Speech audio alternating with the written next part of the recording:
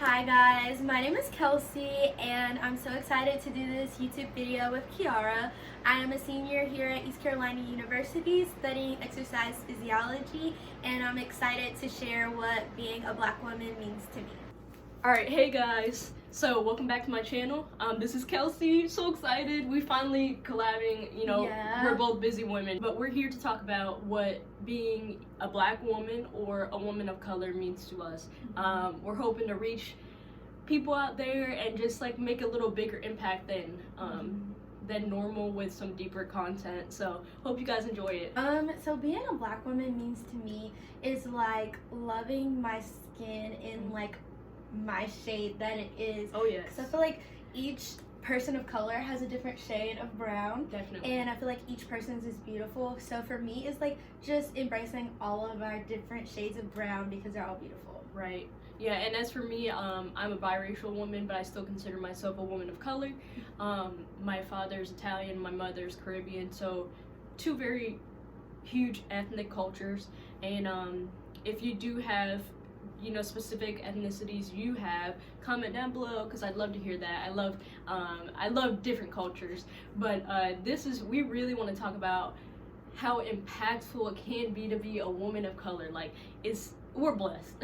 Yeah, definitely, because like women of color have fought through so much adversity, so many trials and things like that, and to see us still like striving today is like so amazing. Like looking at women that we have to look up to in all different facets and different careers of life, it's so amazing because like we've been making waves in so many different things, and I love how we haven't been tied down to one thing. Like we've pushed ourselves to be so versatile and push ourselves into so many different fields that are amazing. Right, and as Kelsey mentioned in her intro, that she's dancing and she's overcome adversity in that avenue of her life. Yeah, so.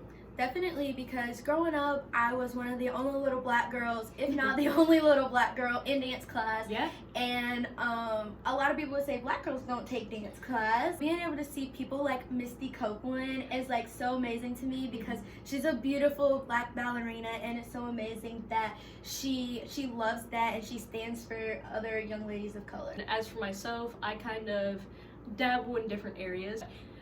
There's other things that I enjoy, such as writing, which at the end of the video I will talk about how I'm doing a little poem or story about being a woman of color. But that's just to show that I'm not restricted, as Kelsey said, to one thing. I can be an educated woman, I can talk about real issues, I can make movements, which I never thought I could do because I'm only one person. Yeah, and I think that's so beautiful for you to highlight how like you dabble in a lot of different things because you have so many different skills. And as women of color, like we can have all these different skills and we can take them and use them to broaden different horizons and different places. And so I think that that's really, really awesome. Yeah, and I also really enjoy fashion, so hopefully you can incorporate that. We have big dreams out here. We have big dreams. This model over here. I mean, that's another one, and that's one I do hope to grow in. It's like I just do it to express myself and be free, and I know that sounds like cliche, but that's why I do it. So like, I don't stand behind all the things that they do. So that's why I've never really like just dove in and worked with certain companies because they don't really always respect what you're doing. Yeah, they don't always respect your comfort zones and comfort levels. Yeah. But that's good that you're mindful of that. But, like I said, we both have big goals. What did you say that you wanted to do when you, not grow up, because we're grown up now, but like when you graduate? So when I graduate, I hope to go to grad school for exercise physiology. And so with exercise physiology, you learn how to use exercise and learn different tests to help people like better their health outcomes, better their health in general. And a lot of the health outcomes that exercising and being active can help are many things that like are harmful to people of color. And these different diseases and stuff like cardiovascular disease and like heart disease and things, they really impact like people of color the most and the hardest. And so that's something that I'm really hoping to be able to advocate for. Right, that's so awesome. I love that. Like, and you mentioned the health of people of color, and so it's taking what the positions that we have at the university that we go to and the programs that we're in to better people. Yeah, definitely. In my aspect, I want to do it from a mental health perspective. In my therapy, that one day I hope to have my own practice. I feel like I'm a strong believer in you have Jesus, you have God, and God created these therapists for us to go to as well. A vessel. And yeah, so I definitely think that you can have Jesus, you have God, and you have your therapist. Yes. So I feel like he placed those people here for us to have. Definitely. And so I feel like there's nothing wrong with it. And I feel like mental health is something that needs to be addressed because so many of us suffer with it. Right. And so that's something that we can overcome. We don't have to be chained to that. Right. Yeah, and that's a great point. So my practice is not going to be conventional. Like, I'm hoping it's going to blow up because it's not going to be anything anybody's ever seen before. You don't always have to rely on medicine. Definitely. But you do have to, take care of your brain just as much as you do your body. So that's why I want to dabble in every aspect of therapy and helping others, which I'm sure you will do in your practice as well. Definitely, because it's a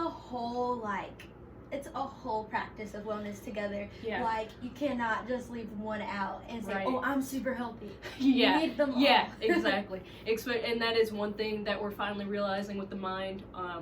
It's a mind and body complex. So you can't have one without the other. We were just talking about that, how when your body's not feeling right, sometimes you have to take a break. Yeah, you have to take those rest days because they're super important.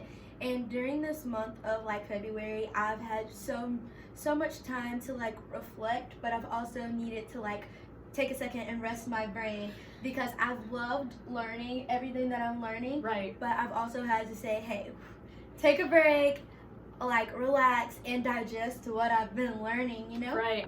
Yeah, sometimes you need that motivation. Sometimes you need to figure out what works for you in that moment. Right. And one other thing I did want to touch on with us is being that we're both women of color who are RAs. Yeah. And RA, resident advisor, because it's in other places I think it's resident advisor or resident assistant. Yeah. But it's ultimately the same thing. To me, my definition of it is you're hall leader. You take initiatives, you do programs, you do different things to benefit and enrich your community, and you're also a team player. Yeah, right? I would agree with that. I don't really think there's anything else I would add, because definitely, we're a hall leader, we bring people together. Some people look at me like a mom. Yeah, I treat them like my kids, not necessarily not little kids, but it's that bond that you have. It's some of them it's more like a sister bond, and what I mean by that is to give them guidance, but it's when you get to that nurturing and caring aspect, that's kind of where it comes from being a mom, where it's nurturing and so it just comes off like a mom. Right. And I don't know if it's the same for you, but one thing that I mentioned to my residents is being a woman of color never stopped me from applying to be a RA. Yeah. And that was the main thing that I want everybody to know, is that I've seen a lot of people in life who take their adversities, whether it's race or anything else, and let it stop them. Let it hold them back. And that wasn't the case. I didn't have a shadow of doubt in my mind that I could not do this. I don't know if it's the same for you. I would say I was very, very nervous because when I first started here as a freshman, I only knew one or two RAs out of all on campus that were people of color. And so I was very nervous. That's not to say there weren't more. Right. I just only knew of two. Right. And so I was really, really nervous to apply. That's understandable. Yeah, I was I don't know. Who do I look like coming in here? But I walked in and I tried to be confident because I felt like me being a woman of color could make someone else want to apply. It could change someone else's experience here, especially since we go to a predominantly white institution. Right. I feel like having people of color in leadership positions can help bring more diversity to our campus, which I think is so important. And by us living in the resident halls working, this is a prime place for us to be because this is where people will call home while they're That's here. a great point. And so like they need to feel comfortable. They need to feel like there's people that look like them, that they can relate to on some different level. Right. Yeah, and it's about representation. And that's leading me to discuss when we created this program called Black Girl Power. So it initially was my thought, like I was just having this unsettled feeling where I was like, okay, this is great. I'm doing what I need to do. I'm meeting the expectations. I'm doing programs. I'm interacting with residents. But then I sat and I talked to 2 of my residents of color. Just sat and I was just being completely transparent. I was like, do you feel represented here? Do you feel like enough is being done? And they're like, not really. And it wasn't anything against anybody. It was just like, they're just talking to me about how they wish they saw more. So I took that initiative. I was like, I'm that type of person, when I get an idea, I can't really sleep. So I was like, how am I gonna put this into this? And then the first person I reached out to was Kelsey, because not only because you're a woman of color, because I knew you are cool with taking an initiative. You're like, you understand a vision, which sometimes it's hard, because some people you'll be so excited about something and they just don't get it, and therefore they doubt it, and I dislike that so much. So I was like, definitely, let me reach out to Kelsey, and she was all about it. And then she helped with the name, and we were like, all right, let's get it. And we did it in a night, y'all. Yeah, we came together, and we were just like bouncing off each other. Like, Kiara had ideas. Like, she came in with all these ideas, and I was like, oh yeah, I love it. And so I was like, well, like, we could put this together, and like, we can like make it like a really awesome thing.